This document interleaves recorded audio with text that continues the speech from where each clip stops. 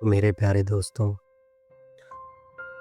अगर आपकी ज़िंदगी में परेशानियाँ, दुःख या नाकामियाँ ख़त्म होने का नाम नहीं ले रही हैं, तो शायद आप भी अपनी चोंच में वही गोश्त का टुकड़ा दबाए बैठे हैं जो आपकी हर मुश्किल को खींच लाता है। ये कहानी हर उस इंसान की है जो सुकून चाहता है, मगर छोड़ने को तैयार नहीं। आखिर वो क्या चीज़ है जिसे छोड़ना आपकी ज़िंदगी बदल सकता है? ये जानने के लिए इस वीडियो को आखिर तक ज़रूर देखें। एक दफ़ा का ज़िक्र है कि एक कौवे को एक बड़ा सा गोश्त का टुकड़ा मिला। उसने उस टुकड़े को अपने मुंह में दबाया और उड़ना शुरू कर दिया। वो एक ऐसे पेड़ को तलाश कर रहा था जहां वो सुकून से बैठकर गोश्त खा सके। अभी वो पेड़ को ढूंढ ही रहा था कि अचानक बहुत सारा चील का झुंड उसके पीछे लग गया। ये देखकर कौवा बहुत घबराया। उसे अपनी जान की फिक्र होने लग गई कि ये चील कहीं उसे मार कर खा न जाए। वो उनसे बचने के लिए और ऊंचा उड़ा और तेज उड़ने लगा, लेकिन चीलों का झुंड मुसलसल उसका पीछा करता रहा। उड़ते उड़ते कौवे की हिम्मत जवाब दे रही थी।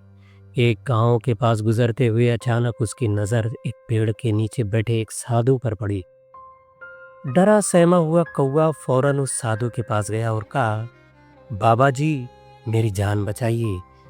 ये चील तो मेरे पीछे पड़े हुए हैं, ये मुझे मारना चाहते हैं। साधु ने आंखें खोली और कौवे को देखकर नरमी से कहा, फिक्र ना करो मेरे दोस्त, मैं तुम्हें इसका हल बताता हूँ। तुम ऐसा करो कि जो गोश्त का बड़ा सा टुकड़ा तुमने अपनी चोंच में पकड़ा हुआ है, उसको नीचे फेंक दो। इसे छोड़ दो और फिर देखो कि क्या होता है। लेकिन कौवा वो उस गोश्त के टुकड़े को छोड़ना नहीं चाहता था। वो उसे मज़े ले लेकर खाना चाहता था। इतने में चीलों का झुंड उसके करीब आ गया। कौवा ये देखकर फिर से उड़ गया और आसमान की तरफ और भी ऊंचा उड़ने की कोशिश करने लगा, मगर चील उसका पीछा करते रहे। कुछ देर के बाद जब कौवा और ज़्यादा उड़ ना सका और चील उसके करीब पहुंचने लगे, तो आखिरकार उसने साधु की नसीहत पर अमल करने का फैसला कर लिया। उसने अपनी चोंच से गोश्त का वो टुकड़ा गिरा दिया। कौवा ये देखकर हैरान रह गया कि जैसे ही गोश्त का टुकड़ा जमीन की तरफ गिरा, वैसे ही चील के झुंड उसका पीछा छोड़कर उस गोश्त के टुकड़े के पीछे लपक पड़े। कौवे ने सुकून का राहत का सांस लिया। अब उसे समझ आई कि चील उसके पीछे क्यों पड़े हुए थे। वो तो उस गोश्त के टुकड़े के पीछे थे। वो तो मेरी जान लेना ही नहीं चाहते थे। कौवा दोबारा साधु के पास आया और कहने लगा, बाबा जी, आपकी नसीहत ने मेरी जान बचा ली। दोस्तों, अगर हम अपनी ज़िंदगी को देखें तो हमें मालूम होगा कि जैसे इस कहानी में कौवे की चोंच में गोश्त का टुकड़ा उसकी परेशानी की असल वजह था, वैसे ही हमारी ज़िंदगी में भी कुछ चीज़ें हमें परेशान करती हैं। जैसे ही कौवे ने गोश्त छोड़ा, चील ने उसका पीछा छोड़ दिया और वो खतरे से बाहर आ गया।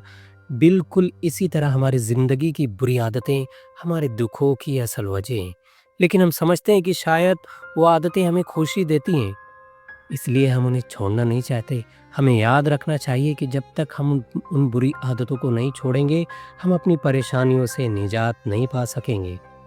जैसे अगर किसी का पेट खराब हो और फिर भी वो जंक फूड खाने की आदत नहीं छोड़ता हो, तो वो कैसे ठीक हो सकता है? वो भी उस कौवे की तरह गोश्त का टुकड़ा मुंह में लिए बीमारी से छुटकारा चाहता है। इसी तरह अगर कोई सुस्त इंसान कामयाब होना चाहता है, तो वो कामयाब कैसे हो सकता है जब तक वो इंसान अपनी सुस्ती को छोड़ नहीं देता। ये जैसे कोई बंदा अगर किसी टॉक्सिक रिलेशनशिप में है, वो रिलेशनशिप उसके लिए दुख और तकलीफ देता है, तो वो रिश्ता उसका कोई रिलेशन फैमिली वाला भी हो सकता है, कोई दोस्त का बि का रिश्ता भी हो सकता है, कोई रोमांटिक रिलेशन भी हो सकता है। अब वो रिश्ता उसके लिए स्ट्रेस, एंग्ज़ायटी और दर्द कायम करता है। इंसान अकेले रह जाने के खौफ से, तन्हाई के खौफ से उस रिश्ते को छोड़ने पर राज़ी नहीं होता। उस स्ट्रेस को बर्दाश्त करता रहता है। लेकिन जैसे ही वो उस रिश्ते को छोड़ेगा, उसके दुःख खुद ब खुद ख़त्म हो जाएँगे। इस कहानी में वो गोश्त का टुकड़ा हमारी बुरी आदत, हमारी बुरी याद, कोई बुरा रिश्ता है और ईगल्स उन दुखों और तकलीफ़ों की तरह हैं जो हमारा पीछा करते रहते हैं और उस वक़्त तक करते रहेंगे हमारी ज़िंदगी को मुश्किल बनाते रहेंगे जब तक हम उस याद को, उस बुरे रिश्ते को या बुरी आदत को छोड़ नहीं देते। दोस्तों, हमेशा याद रखें, ज़िंदगी खुद दर्दनाक नहीं होती, बल्कि हम खुद ही अपनी ज़िंदगी को दुखी बनाते हैं।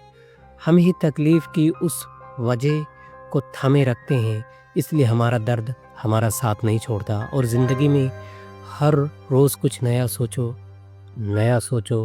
नया करो, लर्न करो और मेरे साथ जुड़े रहें और चैनल को सब्सक्राइब करना ना भूलें दोस्तों।